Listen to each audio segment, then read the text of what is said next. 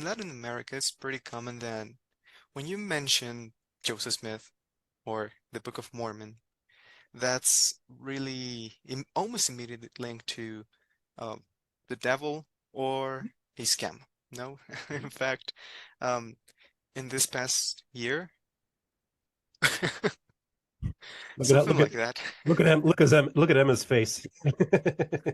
This is an anti-Mormon comic book. Yeah. Yeah, this is Yeah, evangelicals. This is what they think of Joseph Smith. This is what they think. Enchanter, con man, uh, yeah, of the devil. Absolutely. yeah. So, in fact, in this past year, there's been a few ads from Come Unto Christ that pop up on YouTube. And to be honest, I think that campaign should last maybe a couple of weeks or a month, or it's been more than a year. So because of that, people keep getting the ads on their feed and they are getting a bit tired of it, including myself. So um, I've seen videos that address these issues, and I remember that I watched one a few months ago, and it mentioned how it came from a pastor and he said, "Oh, those elders and sisters, they might be smiling. They might be saying that they have something from God to teach you, but in fact, you need to stay away from them, and everything they need to say is poison."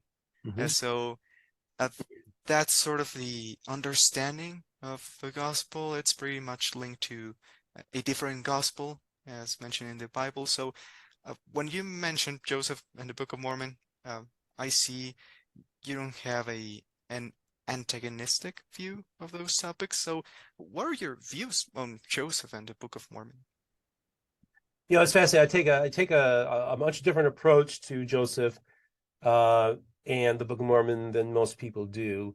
My belief is that Joseph Smith and the Restoration is birthed directly out of the Second Great Awakening of culture, the evangelical culture, and so basically you're birthed out of our movement. You're very much influenced.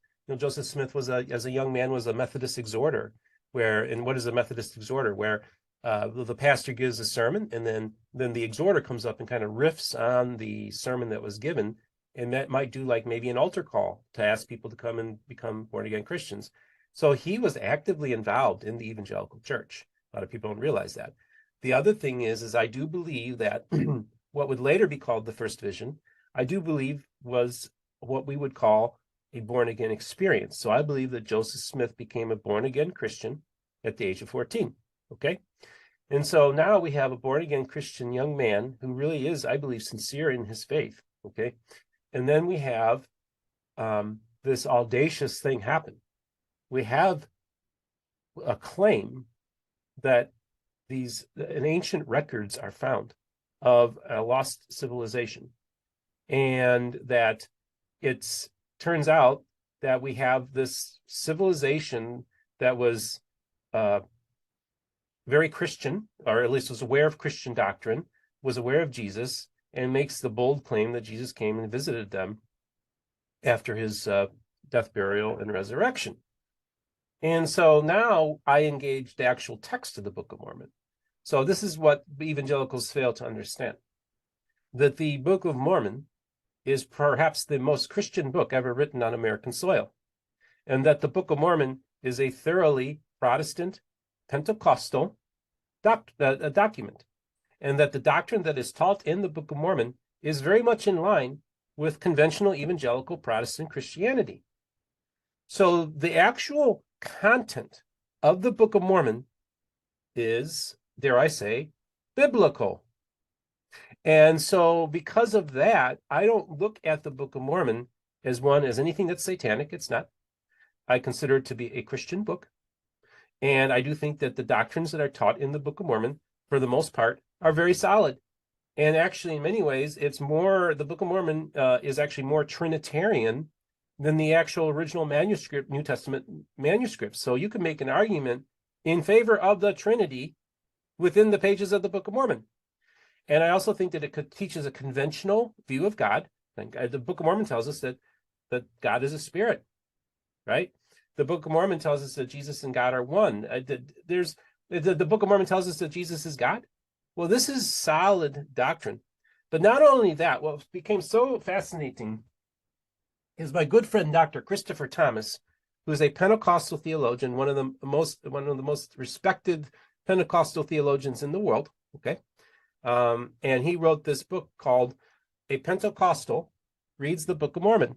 Okay, and he did a textual analysis of the Book of Mormon, and what he found was that we have fully developed Pentecostal doctrine in the Book of Mormon that nobody even realized. Now, when I say that, what do you mean, Steve? Well, what I'm saying is there was this Pentecostalism started in 1906 at Azusa Street in Southern California. Okay, this is Los Angeles.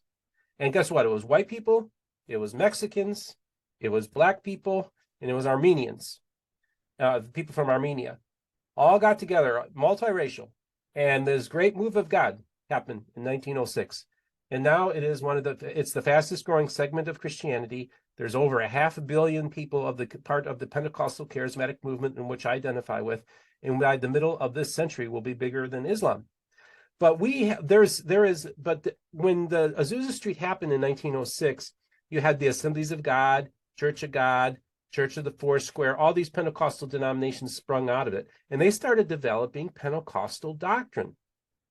Well, turns out that we thought was kind of original to the Azusa Street. Well, guess what? That fully developed Pentecostal doctrine finds its way in the pages of the Book of Mormon, predating Azusa Street. So that's a fascinating thing. Like, how do we get around that? How do we explain that? And so so now we can also look at the Book of Mormon as really part of the Pentecostal charismatic tradition. It actually predates it, but has fully formed Pentecostal doctrine in it that we thought didn't exist previous to 1906. So that's pretty remarkable. So that gives us another area in which we can have conversations, especially Pentecostals and charismatics, with the Book of Mormon and the believers of the Book of Mormon.